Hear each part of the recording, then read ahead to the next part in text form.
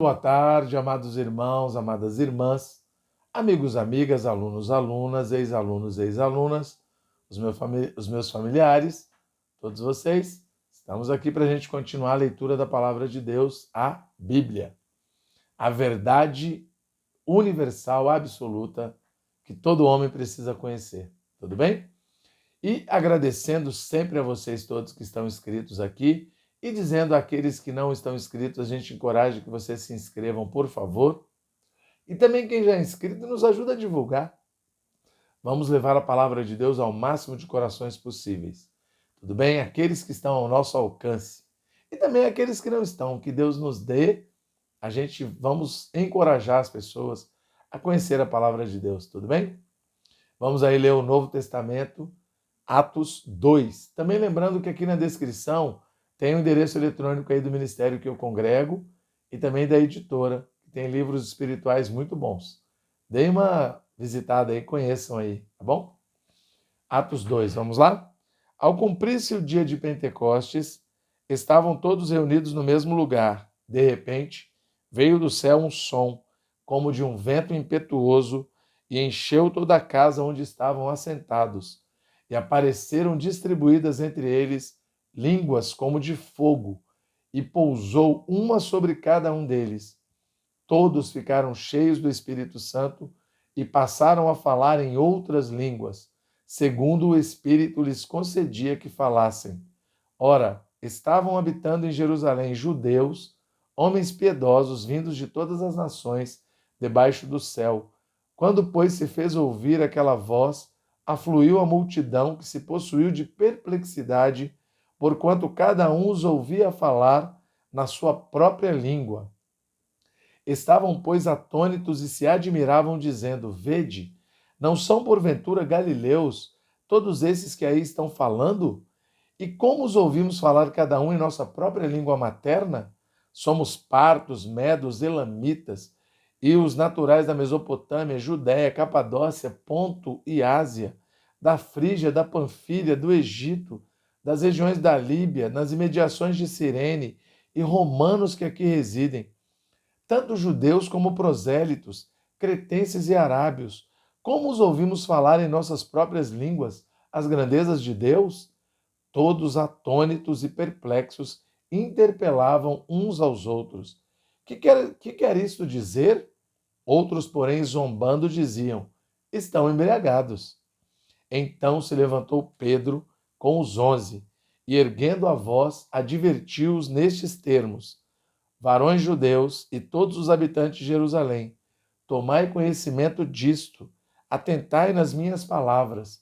Estes homens não estão embriagados, como vim dispensando, sendo esta a terceira hora do dia. Mas o que ocorre é o que foi dito por intermédio do profeta Joel. E acontecerá nos últimos dias, diz o Senhor, que derramarei do meu espírito sobre toda a carne. Vossos filhos e vossas filhas profetizarão, vossos jovens terão visões, e sonharão vossos velhos. Até sobre os meus servos e sobre as minhas servas derramarei do meu espírito naqueles dias, e profetizarão. Mostrarei prodígios na terra, prodígios em cima no céu e sinais embaixo na terra: sangue, fogo e vapor de fumaça. O sol se converterá em trevas e a lua em sangue, antes que venha o grande e glorioso dia do Senhor. E acontecerá que todo aquele que invocar o nome do Senhor será salvo. Varões israelitas, atendei a estas palavras.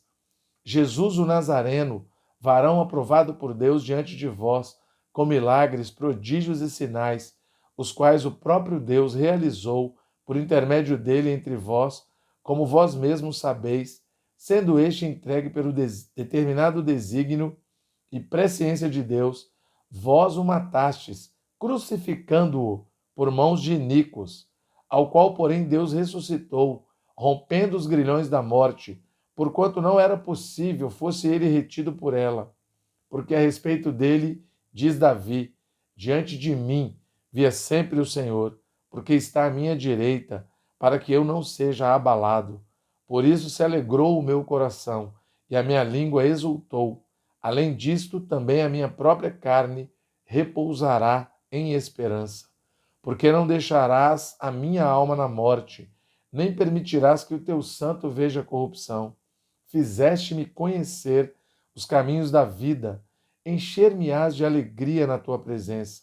Irmãos, seja-me permitido dizer-vos claramente a respeito do patriarca Davi, que ele morreu e foi sepultado, e o seu túmulo permanece entre nós até hoje. Sendo, pois, profeta e sabendo que Deus lhe havia jurado que um dos seus descendentes se assentaria no seu trono.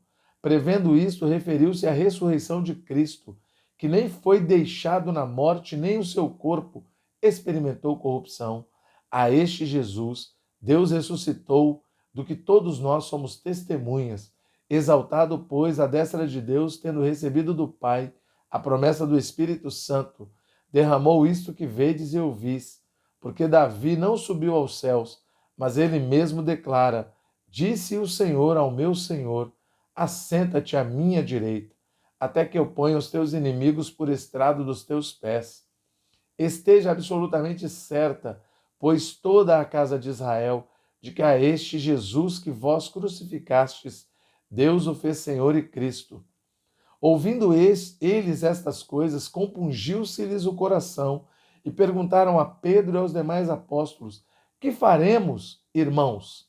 Respondeu-lhes Pedro: arrependei-vos e cada um de vós seja batizado em nome de Jesus Cristo para a remissão dos vossos pecados e recebereis o dom do Espírito Santo. Pois para vós outros é a promessa, para vossos filhos e para todos os que ainda estão longe, isto é, para quantos o Senhor nosso Deus chamar. Com muitas outras palavras deu testemunho, exortava-os dizendo: salvai-vos dessa geração perversa. Então, os que lhe aceitaram a palavra foram batizados, havendo um acréscimo naquele dia de quase 3.000 pessoas. E perseveravam na doutrina dos apóstolos e na comunhão, no partir do pão e nas orações. Em cada alma havia temor, e muitos prodígios e sinais eram feitos por intermédio dos apóstolos.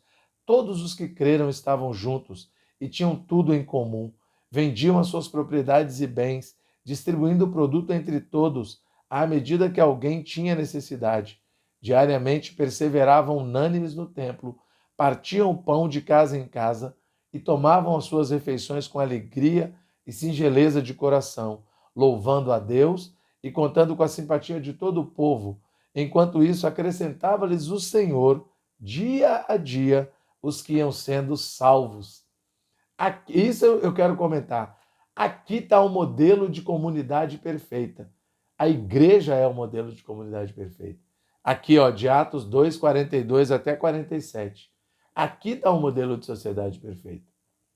Olha só, perseveravam na doutrina dos apóstolos, na comunhão, no partir do pão e nas orações. Ó.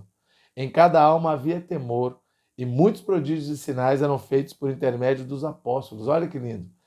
Todos os que creram estavam juntos e tinham tudo em comum, comunidade, tá vendo?